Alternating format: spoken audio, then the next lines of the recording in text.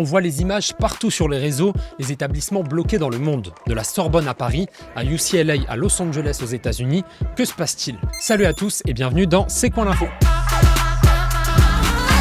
Tout a commencé mi-avril sur le campus de Columbia, à New York, aux États-Unis. Les étudiants s'indignent du soutien américain à Israël dans le conflit israélo-palestinien. Ils dénoncent aussi la catastrophe humanitaire en cours. À Gaza, il y aurait plus de 34 000 personnes tuées depuis la riposte israélienne à l'attaque terroriste du Hamas.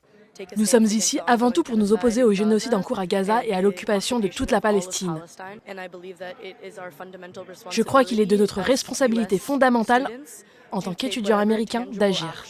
Le mouvement de mobilisation étudiant s'étend ailleurs dans le pays, comme à Stanford ou à Yale, deux autres grandes universités américaines. Les mobilisations tournent parfois à l'affrontement, pro-palestinien contre pro-israélien.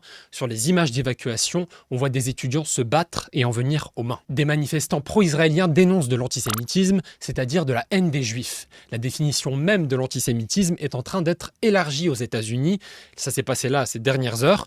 Elle inclut maintenant le ciblage de l'État d'Israël. Cette définition élargie doit encore être approuvée par le Sénat notamment, mais certains pro-palestiniens accusent les parlementaires de pousser pour l'adoption, pour brider la liberté d'expression sur les campus. Sur les campus, justement, les images sont fortes. Dans la nuit de mardi à mercredi, à Columbia aux États-Unis, les forces de l'ordre ont utilisé un camion passerelle pour accéder aux étages. Chaque pièce est ouverte une à une. Des dizaines de personnes ont été arrêtées. La veille, ils avaient forcé l'entrée en éclatant les vitres. Les mobilisations étudiantes sont souvent délogées par la police. C'est une violation de notre liberté d'expression. On a vu dans le pays des manifestants pacifiques être attaqués, frappés, couverts de gaz lacrymogène. L'ONU s'inquiète de l'impact disproportionné des interventions de la police sur les campus aux USA. S'il y a des débordements, des affrontements, la plupart des étudiants sont là pacifiquement.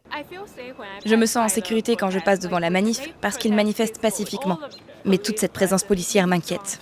Le mouvement vient donc des États-Unis et arrive maintenant en France. De Paris à Toulouse, plusieurs universités françaises se sont retrouvées bloquées par des centaines d'étudiants mobilisés pour la cause palestinienne. Face au débordement aux USA, la ministre de l'Enseignement supérieur chez nous, Sylvie Retailleau, demande au président d'établissement de maintenir l'ordre dans les différentes universités. Les mobilisations se poursuivent en cette fin de semaine sur les différents sites universitaires un peu partout en France. Parler pour la justice est aujourd'hui réprimé à Sciences Po Toulouse. Donc on est là, nous, pour dire qu'on est là, on soutient le peuple palestinien, même si notre État n'en est pas capable. Merci beaucoup d'avoir regardé la vidéo jusqu'au bout. On se retrouve demain pour un nouveau C'est quoi l'info. Et d'ici là, on est sur les réseaux. Salut, salut!